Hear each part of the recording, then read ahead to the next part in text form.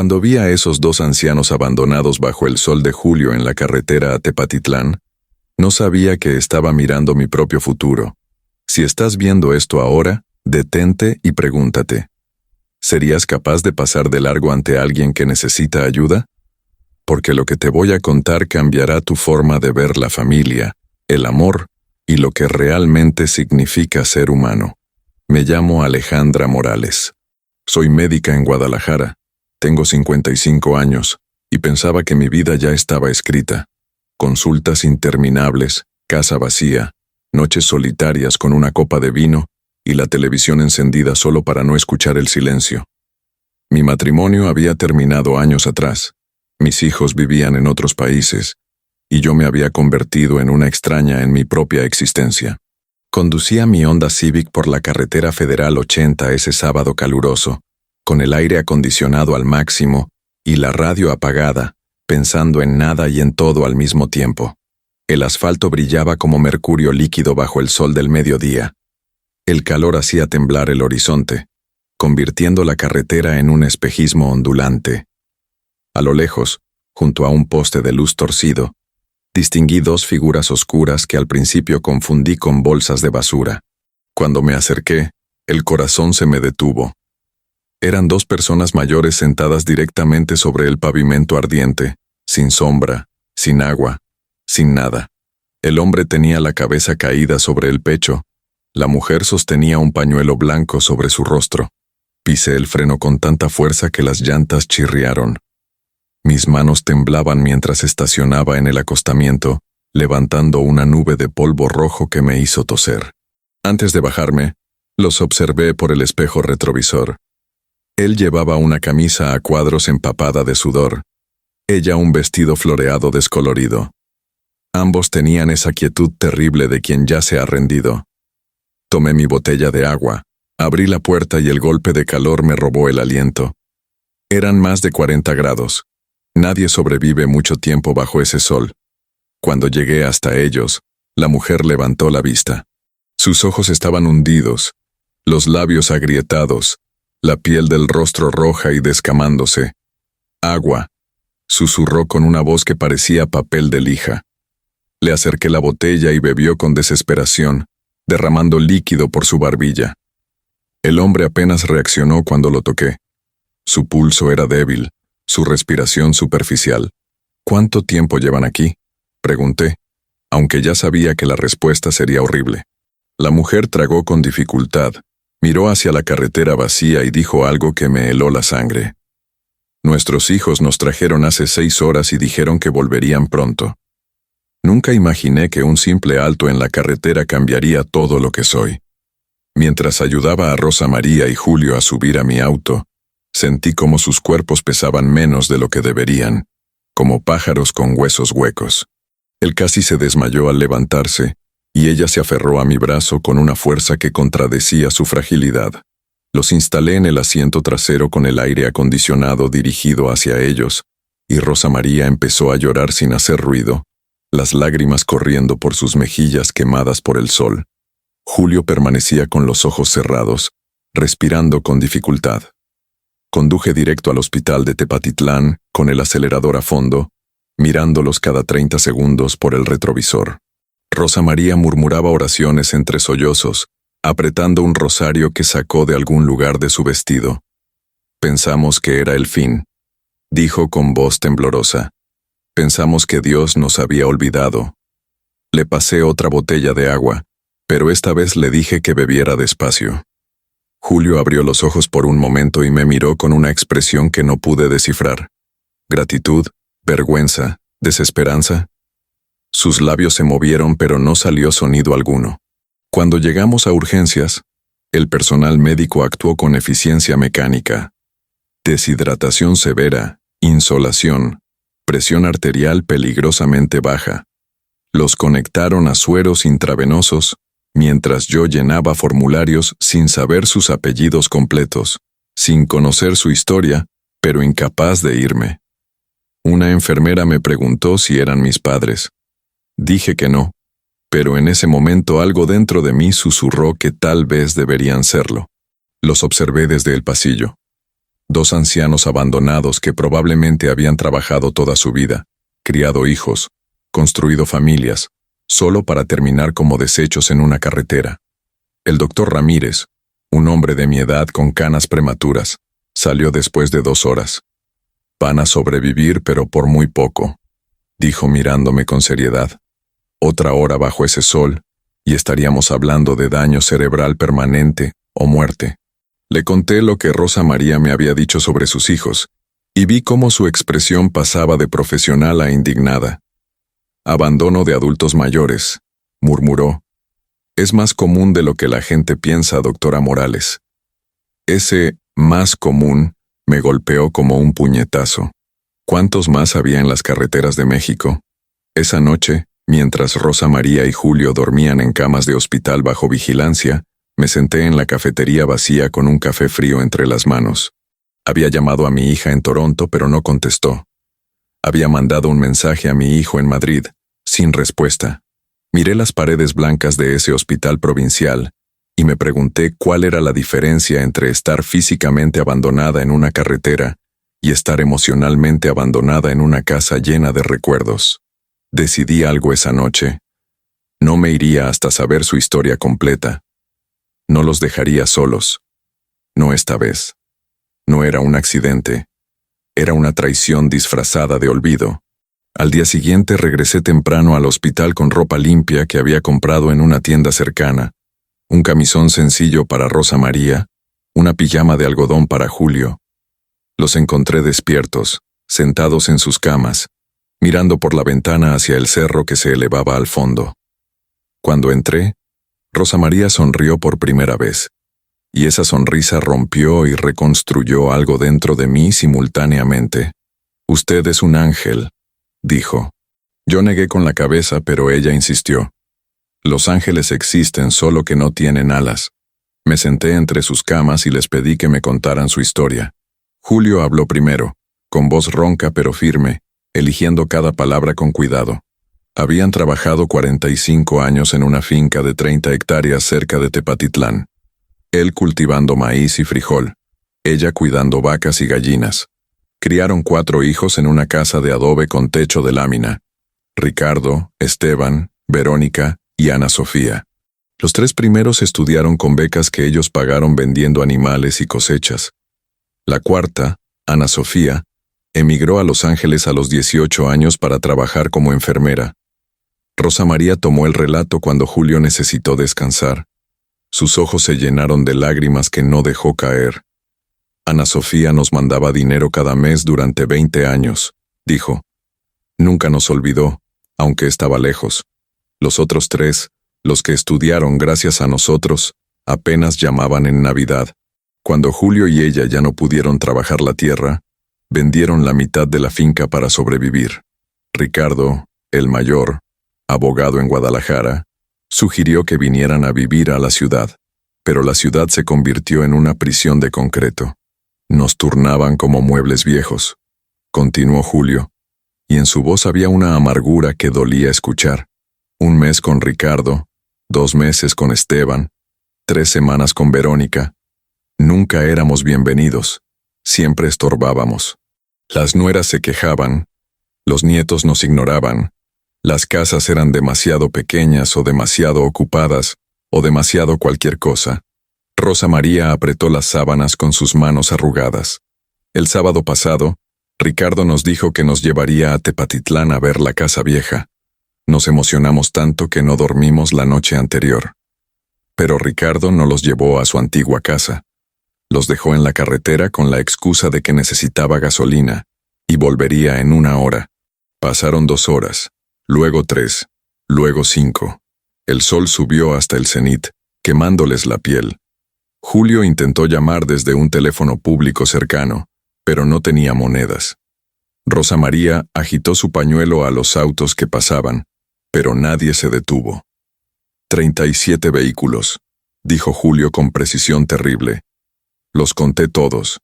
37 personas que nos vieron y siguieron de largo.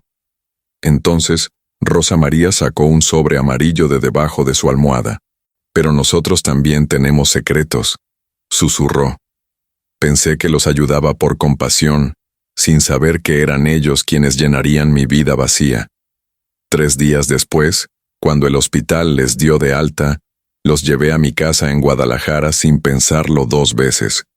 Mi vecina, doña Lupita, me miró con desaprobación desde su jardín cuando ayudé a bajar a 2 ancianos desconocidos de mi auto. ¿Y ahora te dedicas a recoger gente de la calle?, preguntó con ese tono que pretende ser preocupación pero es juicio puro. Exactamente, respondí, y cerré la puerta en su cara llena de sorpresa. La casa que había sido un mausoleo de silencio explotó en vida. Rosa María insistió en cocinar, aunque le dije 1000 veces que descansara.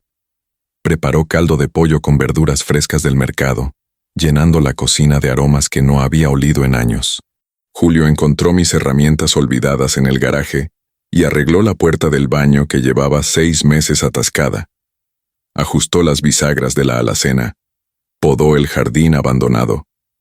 Los observaba trabajar desde la ventana de mi consultorio improvisado, respondiendo correos médicos, y por primera vez en una década no sentía que estaba viviendo en una casa, sino en un hogar.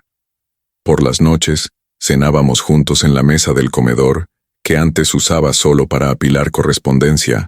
Rosa María contaba historias de su juventud en Tepatitlán, bailes en la plaza, fiestas patronales, el día que conoció a Julio durante una kermes de la iglesia. Él la interrumpía para corregir detalles con cariño. No fue en la kermes, mujer, fue en la procesión de la Virgen. Ella reía y le daba un manotazo suave en el brazo. Yo los escuchaba fascinada, dándome cuenta de que llevaba años sin reírme de verdad, sin compartir comida con alguien, sin sentir que mi presencia importaba. Una semana después, Rosa María transformó mi jardín muerto en un pequeño paraíso. Plantó geranios rojos, jazmines que perfumaban las noches, hierbabuena que crecía salvaje junto al muro. Julio construyó una pequeña fuente con piedras que encontró en un terreno baldío cercano, y el sonido del agua corriendo se convirtió en la banda sonora de mi nueva vida. Los vecinos que antes me ignoraban ahora saludaban intrigados, preguntando por mis padres. No los corregía. Tal vez en el único sentido que importaba, eso era exactamente lo que eran. Pero Julio observaba la calle por la ventana cada noche antes de dormir. Lo encontré una madrugada en la sala, sentado en la oscuridad, mirando hacia afuera con expresión vigilante. ¿No puede dormir, don Julio?, pregunté suavemente. Él se sobresaltó, luego suspiró. No tardarán en venir, doctora, dijo sin mirarme. Cuando se enteren de que estamos bien, de que alguien nos cuida, vendrán. Siempre vienen cuando hay algo que tomar. Apretó el sobre amarillo contra su pecho. Pero esta vez estoy preparado. Esta vez la verdad ganará. Cuando la culpa toca la puerta, no siempre viene sola. Ricardo apareció un martes por la tarde sin avisar, conduciendo un Mercedes negro reluciente que estacionó bloqueando mi entrada. Tenía 45 años, pero aparentaba menos. Cabello engominado, traje gris impecable, sonrisa de político ensayada frente al espejo. Traía un ramo de flores marchitas y una caja de chocolates baratos. Rosa María se puso pálida cuando lo vio. Julio se levantó de su silla como si se preparara para una batalla.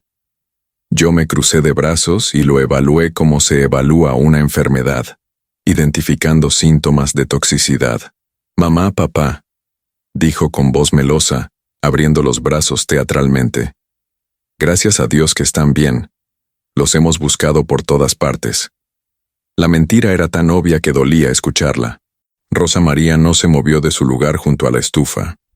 Julio habló con voz fría como hielo. «Nos dejaste en la carretera para morir, Ricardo. No vengas ahora con teatro». Ricardo parpadeó, recompuso su máscara y miró hacia mí con aire de víctima incomprendida. «Usted debe ser la buena samaritana. Mi familia está eternamente agradecida, pero ahora que los encontramos, nos los llevaremos a casa donde pertenecen». Me acerqué hasta quedar a centímetros de su cara. Medía 20 centímetros más que yo, pero retrocedió. «Esta es su casa ahora», dije con la voz que uso para dar diagnósticos terminales, firme, clara, sin espacio para negociación. y no se van a ninguna parte a menos que ellos lo decidan. Ricardo me miró como si estuviera viendo algo incomprensible. Luego forzó una risa. Mire, doctora, aprecio su caridad cristiana, pero estos son asuntos familiares. Además, seguramente hay temas legales, herencias, propiedades que necesitan resolverse. Ahí estaba, la verdadera razón de su visita, brillando en sus ojos como monedas de oro. La única propiedad que me interesa, interrumpió Julio, sacando el sobre amarillo de su camisa, es esta. Ricardo se quedó congelado, mirando el sobre como si fuera una serpiente venenosa. Eso no te concierne, papá, dijo rápidamente. Son documentos viejos, sin importancia. Pero el sudor que apareció en su frente contradecía sus palabras. Julio se acercó a su hijo con pasos lentos y deliberados. ¿Sin importancia? ¿La escritura de las 30 hectáreas que tanto codician tú y tus hermanos es sin importancia? Rosa María intervino entonces, con voz temblorosa pero decidida. Esa tierra ya no es nuestra, Ricardo. Y nunca será tuya. Ricardo cambió de estrategia como un camaleón cambia de color. Se arrodilló frente a sus padres en un gesto tan falso que daba vergüenza ajena. Perdónenme, por favor. Fue un momento de confusión, de estrés. Nunca quisimos abandonarlos, solo necesitábamos un tiempo para reorganizarnos. Julio lo miró con una tristeza profunda. Nos dejaste bajo el sol para morir, hijo. No hay reorganización que justifique eso. Ricardo se levantó bruscamente, el barniz de arrepentimiento evaporándose. Me señaló con el dedo. Usted los está manipulando, les está metiendo ideas en la cabeza. Abrí la puerta de par en par. Salga de mi casa, ahora. Salió echando chispas, pero antes de irse se volteó con una sonrisa cruel. Esto no termina aquí, doctora, ni cerca. Si disfrutas historias que restauran tu fe en la humanidad, suscríbete al canal para no perderte lo que viene, porque esta batalla apenas comienza. Lo que contenía ese sobre podía destruir o salvar una familia. Esa noche, después de que Ricardo se fue dejando un rastro de amenazas implícitas, nos sentamos los tres en la sala con té de manzanilla. Julio abrió el sobre con manos temblorosas y extrajo documentos amarillentos protegidos en fundas de plástico. Rosa María encendió todas las luces. Yo me senté en el piso frente a ellos, como una estudiante ante sus maestros, lista para escuchar una lección que cambiaría todo lo que creía saber sobre justicia familiar. Hace 5 años, comenzó Julio, alisando los papeles sobre la mesa de centro. Cuando Ana Sofía cumplió 40 años, la llamamos desde un teléfono público en Tepatitlán. Le dijimos que queríamos dejarle la finca, la tierra donde nació, donde jugó de niña. Su voz se quebró ligeramente. Ella lloró por teléfono. Dijo que no merecía esa tierra, que se había ido y nos había dejado solos. Le dijimos que precisamente por eso la merecía, porque nunca nos olvidó, porque cada dólar que nos mandaba estaba empapado de su amor y sacrificio. Rosa María tomó su mano, entrelazando sus dedos arrugados. Fuimos con el notario Sandoval en Tepatitlán, continuó Rosa María, un hombre honesto, de los pocos que quedan.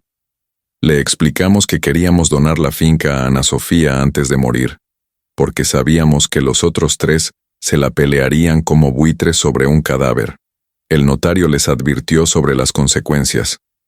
Ricardo, Esteban y Verónica se enfurecerían, podrían demandar, podrían acusarlos de seniles o manipulados.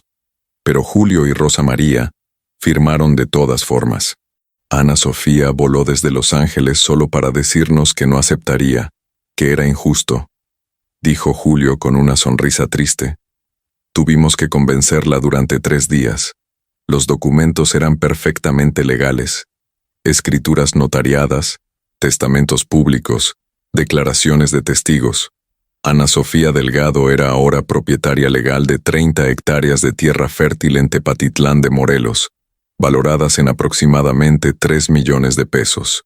Todo estaba registrado ante notario público y en el registro público de la propiedad. Los otros 3 hijos nunca lo supieron. Julio guardó copias en ese sobre amarillo, protegiéndolas como si fueran lingotes de oro. Es nuestra única arma, explicó. La única forma de demostrar que no estamos locos, que sabemos exactamente quiénes son nuestros hijos y qué merecen. Ricardo lo sospecha, dije en voz alta, conectando piezas del rompecabezas. Por eso los abandonó. No fue solo crueldad o deshacerse de ustedes. Fue un intento de manipulación psicológica, debilitarlos, asustarlos, hacerlos tan vulnerables que firmaran lo que él quisiera. Julio asintió lentamente. Es abogado, doctora.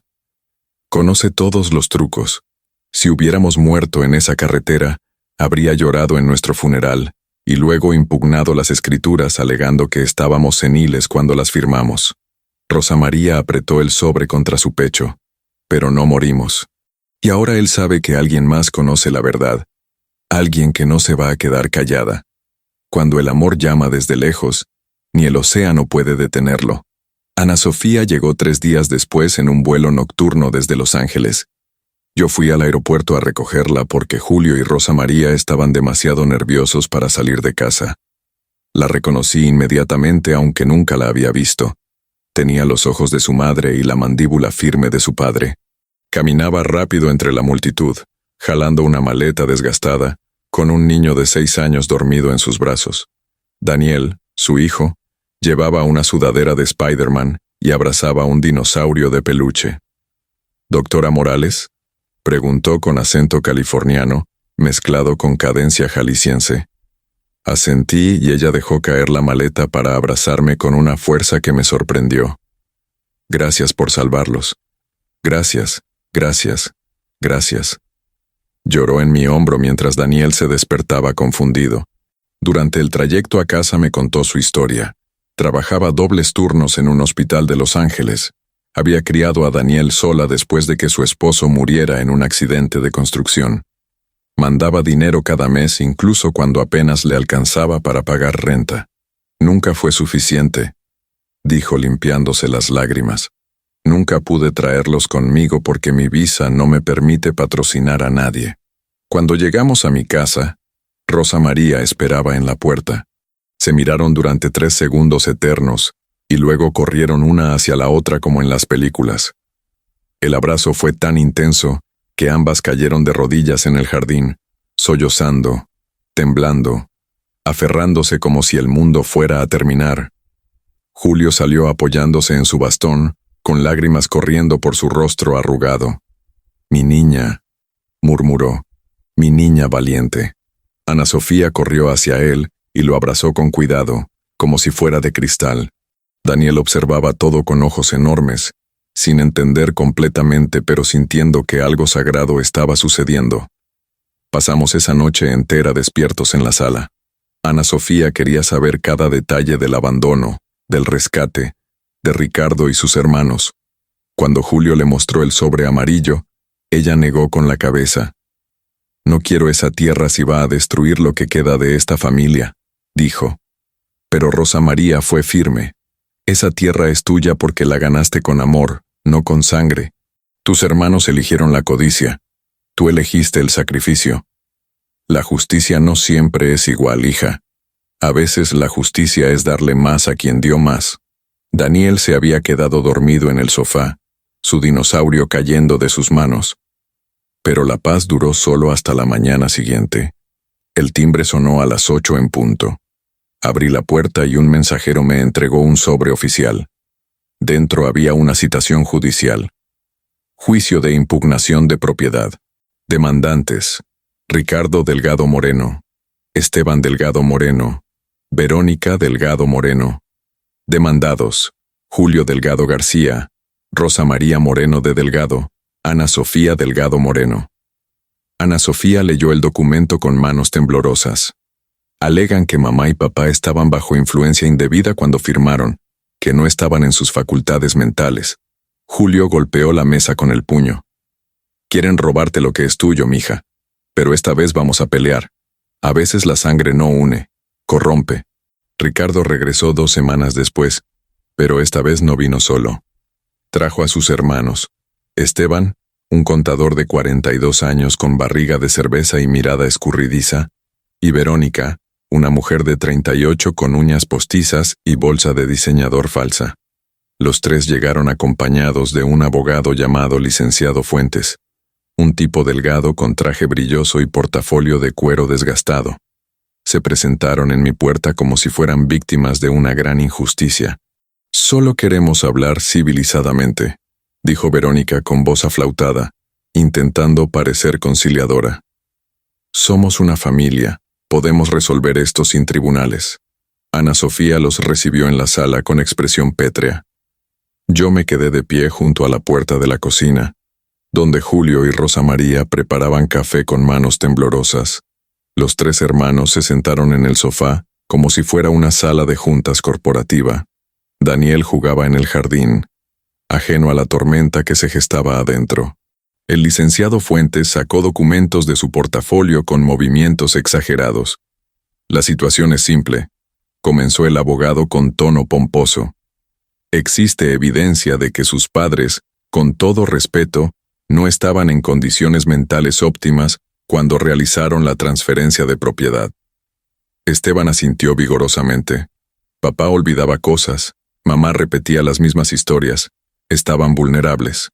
Ricardo se inclinó hacia adelante con expresión de falsa preocupación. «Ana, sabemos que tú no quisiste aprovecharte. Probablemente fueron ellos quienes insistieron. Pero legalmente, esa donación puede anularse. Lo justo sería dividir la propiedad equitativamente entre los 4 hermanos». Ana Sofía los miró con desprecio que destilaba años de rencor acumulado. «Equitativamente», repitió con voz helada. «¿Como cuando yo mandaba dinero todos los meses y ustedes apenas llamaban en Navidad? ¿Como cuando yo trabajaba 16 horas diarias para pagarles la escuela, mientras ustedes se avergonzaban de su acento campesino?» Verónica puso cara de ofendida. «Eso no es justo, Ana.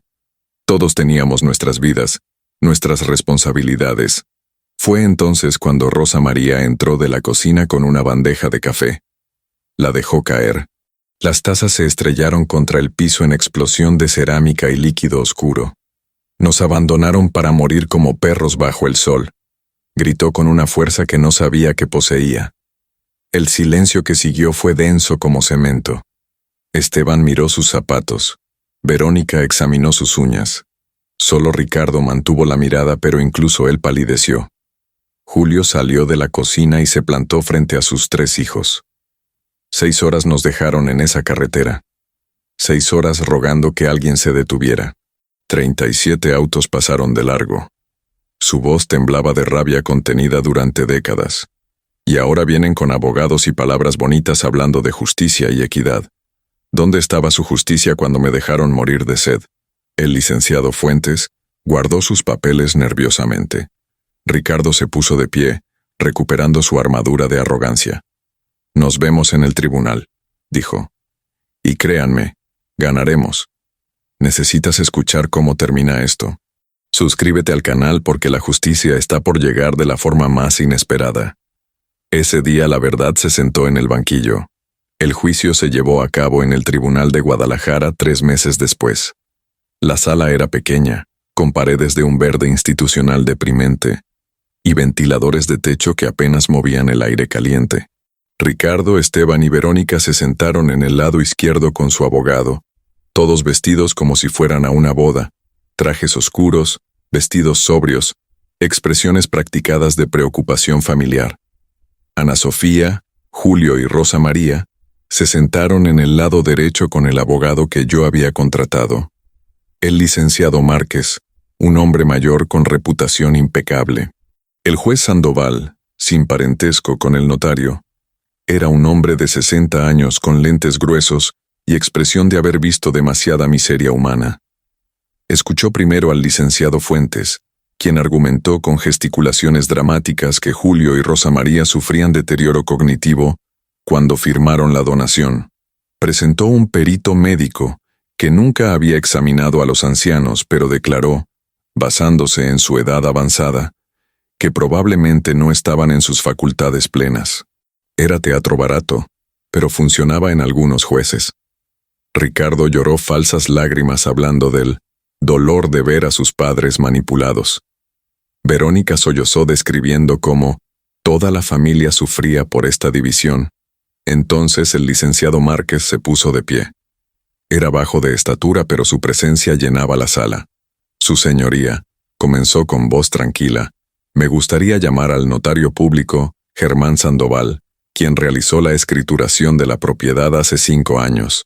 El notario entró cojeando ligeramente, con un portafolio lleno de documentos. Testificó que Julio y Rosa María habían llegado a su oficina completamente lúcidos, que habían explicado sus razones con claridad meridiana, que incluso habían rechazado su primera sugerencia de dividir la propiedad equitativamente. Me dijeron textualmente, declaró el notario, queremos que todo sea para Ana Sofía porque ella es la única que nunca nos olvidó. El licenciado Fuentes intentó desacreditar al notario, insinuando sobornos o incompetencia profesional. Pero el notario Sandoval era un pilar de la comunidad con 40 años de servicio impecable. Luego llamaron al doctor Ramírez del hospital de Tepatitlán, quien testificó sobre el estado en que encontró a Julio y Rosa María. Deshidratados, quemados por el sol, pero completamente lúcidos y capaces de narrar exactamente lo que les había pasado. Incluso en su estado crítico, dijo el doctor, recordaban detalles específicos, cuánto tiempo habían estado en la carretera, cuántos autos pasaron de largo, qué les había dicho su hijo antes de abandonarlos. Ricardo se removió incómodo en su asiento. Finalmente me llamaron a mí. Caminé hacia el estrado con las piernas temblándome. Juré decir la verdad, y nada más que la verdad. El licenciado Márquez me pidió que narrara lo que vi ese día en la carretera. Conté todo. El calor aplastante, los 2 ancianos abandonados en el asfalto hirviente, el pañuelo blanco de Rosa María, los labios agrietados de Julio, las palabras que me helaron la sangre. Nuestros hijos nos trajeron y dijeron que volverían pronto. La sala quedó en silencio absoluto. Incluso el ventilador parecía haber dejado de girar. ¿Cuánto tiempo calculó que habían estado bajo ese sol?, preguntó el licenciado. 6 horas. Tal vez más. Otra hora y estaríamos hablando de 2 cadáveres en esa carretera. El dinero se puede heredar. La vergüenza también. Después de mi testimonio, el juez pidió un receso de 30 minutos. Salimos al pasillo y vi a Ricardo, Esteban y Verónica susurrando furiosamente con su abogado. Esteban parecía querer irse. Verónica lloraba maquillaje negro por las mejillas. Ricardo mantenía su fachada de indignación, pero sus ojos traicionaban pánico. Ana Sofía abrazaba a sus padres, y Daniel me tomó de la mano preguntando si los abuelitos iban a estar bien. Sí, mi amor, le dije, aunque no estaba completamente segura. La justicia es impredecible. Cuando regresamos a la sala, Rosa María y Julio pidieron hablar. El juez accedió, advirtiéndoles que cualquier cosa que dijeran quedaría registrada oficialmente. Subieron juntos al estrado, tomados de la mano como habían estado durante 54 años de matrimonio. Rosa María habló primero, con voz clara a pesar de su edad. Su señoría, mis hijos Ricardo, Esteban y Verónica están aquí peleando por tierra, por dinero, por propiedad, pero lo que realmente nos quitaron no tiene precio ni se puede devolver con sentencias judiciales. Su voz se quebró ligeramente. Nos quitaron la dignidad de morir en paz. Julio tomó el relevo, mirando directamente a sus 3 hijos mayores. Los criamos vendiendo animales para pagar sus escuelas. Rosa trabajó lavando ropa ajena hasta tener las manos en carne viva. Yo trabajé la tierra hasta romperme la espalda 3 veces. Todo para que ustedes tuvieran mejor vida que nosotros.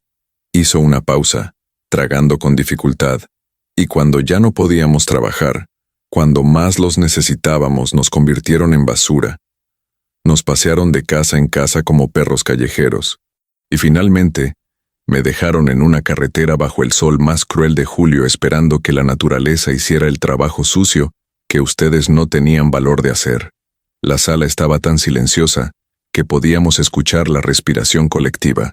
El juez Sandoval se quitó los lentes y los limpió lentamente, un gesto que parecía darle tiempo para procesar lo que acababa de escuchar. Rosa María continuó. La tierra que están peleando la compramos con nuestras manos, con nuestro sudor, con años de no comer para que ustedes comieran. Decidimos dársela a Ana Sofía no por favoritismo, sino por justicia. Ella nos cuidó desde la distancia cuando ustedes no podían molestarse en visitarnos desde la misma ciudad. Su voz adquirió un filo de acero. Esta tierra es su recompensa por recordar que los padres también son humanos. El juez Sandoval tomó notas durante varios minutos en un silencio sepulcral. Finalmente levantó la vista y habló con voz firme que resonó en cada rincón de la sala. He revisado toda la evidencia presentada. Las escrituras son legales, las firmas auténticas, los testigos creíbles. No existe evidencia alguna de deterioro cognitivo o manipulación indebida. Los señores Julio y Rosa María Delgado estaban en pleno uso de sus facultades cuando donaron su propiedad. Hizo otra pausa dramática.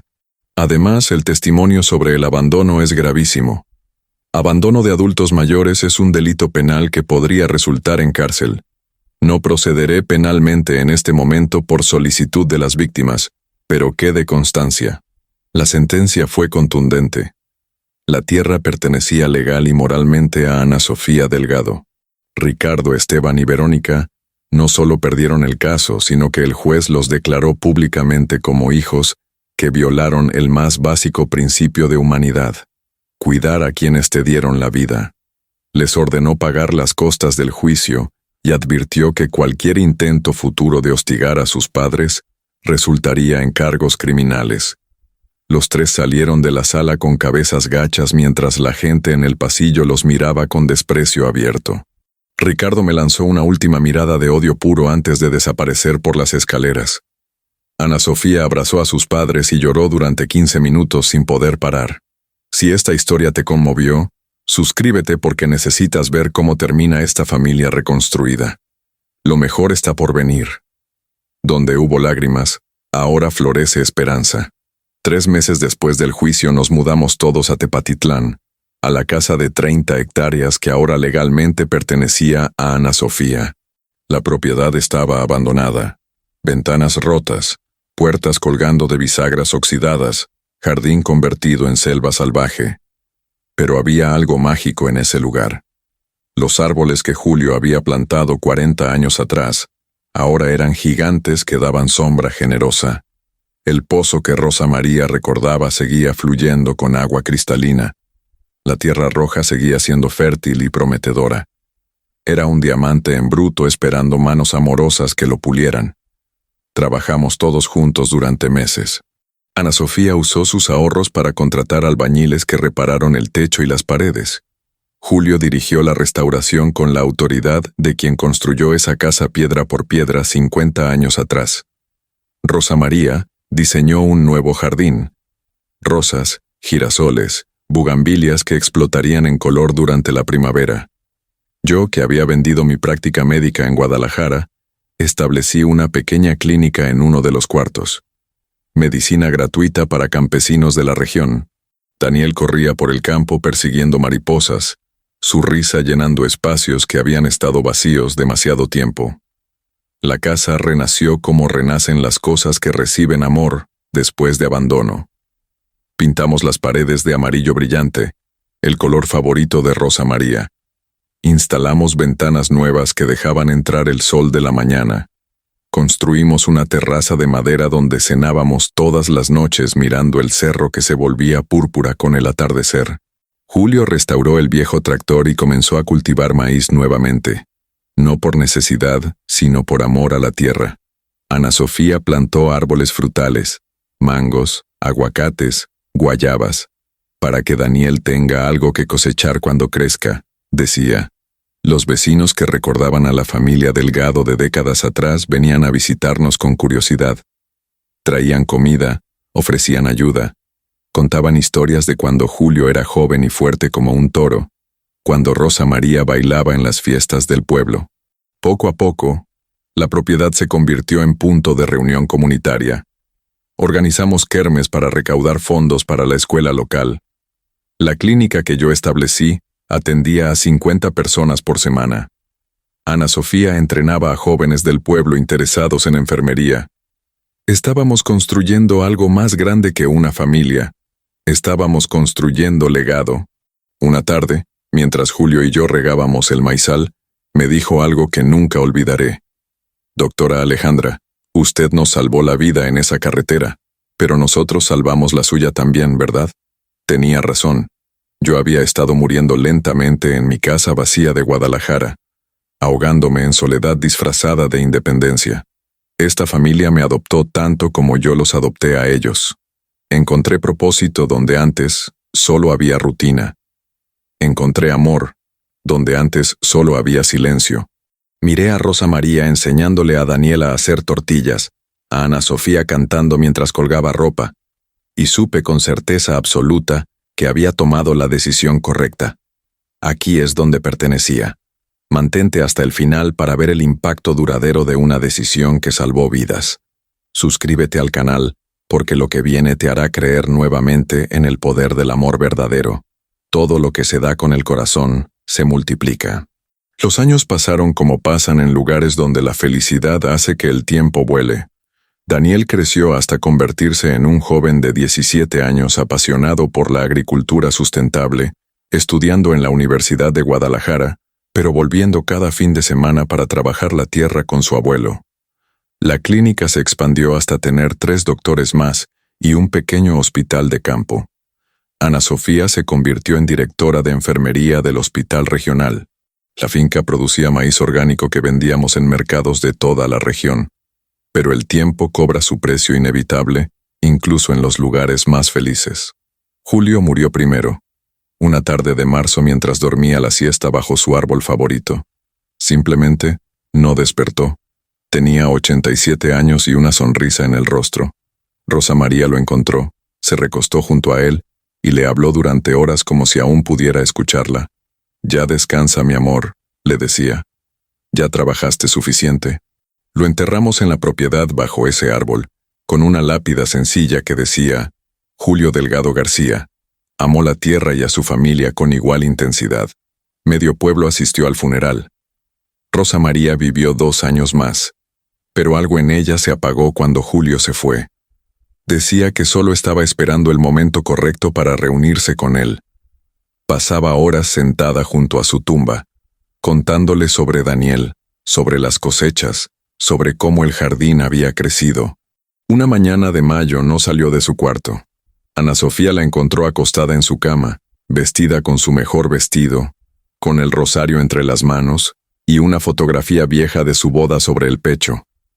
Tenía 85 años y la misma expresión de paz que Julio. La enterramos junto a él. En los funerales no vino ninguno de los 3 hijos mayores. Ricardo había muerto de cirrosis 3 años antes, alcoholizado por culpas que nunca confesó. Esteban vivía en Monterrey y no contestaba llamadas. Verónica envió un mensaje de texto lacónico. «No puedo ir, tengo trabajo». Pero vinieron más de 200 personas que los habían conocido. Campesinos, vecinos, pacientes de la clínica, estudiantes que Ana Sofía había entrenado. Llenaron la propiedad de flores y música y amor verdadero. Fue el tipo de funeral que Julio y Rosa María merecían, ruidoso, lleno de vida, celebrando la existencia en lugar de lamentar la ausencia. Yo envejecí con ellos, en esa tierra que nos adoptó a todos. A mis 70 años seguía atendiendo la clínica 3 días a la semana, aunque ahora con bastón y lentes más gruesos. Daniel se casó con una chica del pueblo y tuvieron 2 hijos que corrían por el mismo campo donde su padre había corrido.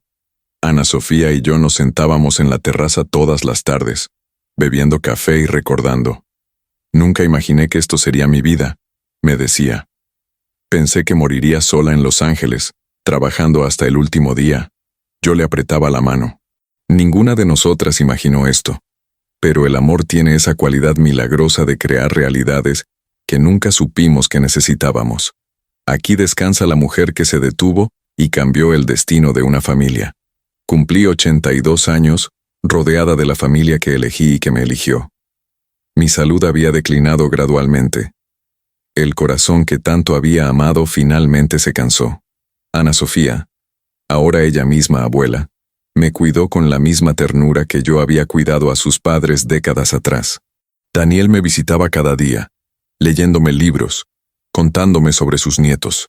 Los bisnietos de Julio y Rosa María corrían por la casa haciendo el mismo ruido alegre que Daniel había hecho 30 años antes.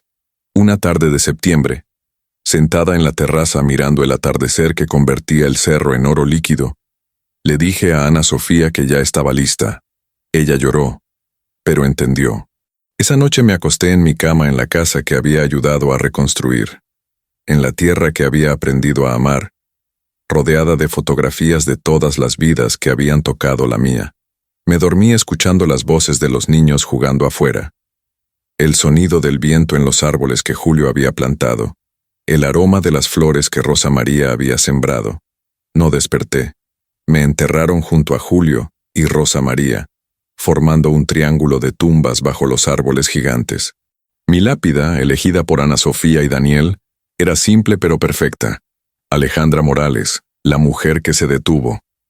Vinieron cientos de personas al funeral, pacientes que había tratado, estudiantes que había enseñado, vidas que había tocado sin darme cuenta. Ana Sofía leyó un poema que había escrito. Daniel tocó guitarra. Los bisnietos soltaron mariposas blancas que volaron hacia el cielo azul de Jalisco. Fue exactamente el tipo de despedida que yo habría querido. Llena de amor, no de lamentos. Los años continuaron su flujo inevitable. La clínica se convirtió en hospital regional con mi nombre. La finca prosperó bajo el cuidado de la tercera generación. Daniel escribió un libro sobre agricultura sustentable dedicado a mi abuela Alejandra, quien me enseñó que cultivar tierra y cultivar amor son lo mismo.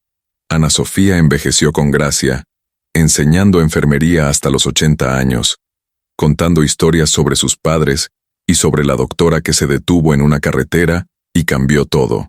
La propiedad nunca se vendió. La familia acordó mantenerla como legado perpetuo. Décadas después de mi muerte, en noches frescas de invierno, cuando 4 generaciones se reunían alrededor del fuego en esa casa amarilla de Tepatitlán, los más viejos contaban la historia a los más jóvenes. Hablaban de 2 ancianos abandonados bajo el sol cruel, de una doctora solitaria que se atrevió a detenerse, de 3 hijos que eligieron la codicia y una hija que eligió el amor. Contaban cómo la justicia finalmente llegó, cómo una familia rota se reconstruyó más fuerte, cómo el amor verdadero siempre vence al egoísmo.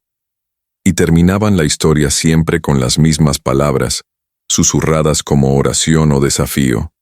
Si un día ves a alguien solo en la carretera, no sigas de largo, porque detenerse puede cambiar una vida o salvar un alma. Puede convertirte en héroe sin que lo sepas. Puede ser la diferencia entre un mundo donde importamos o un mundo donde cada quien está solo en su carretera personal, esperando que alguien, cualquiera, tenga el coraje de pisar el freno y preguntar, ¿necesitas ayuda? Esta historia terminó, pero tu oportunidad de hacer la diferencia apenas comienza. Suscríbete a este canal para más historias que restauran la fe en la humanidad. Déjame en los comentarios, ¿te habrías detenido? ¿Has ayudado a alguien cuando nadie más lo haría? Tu historia podría inspirar a miles. Y recuerda, cada acto de bondad, por pequeño que parezca, tiene el poder de cambiar destinos.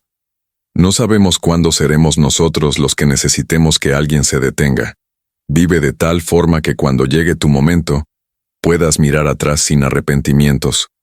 Hasta la próxima historia, y que nunca pases de largo ante quien necesita ayuda.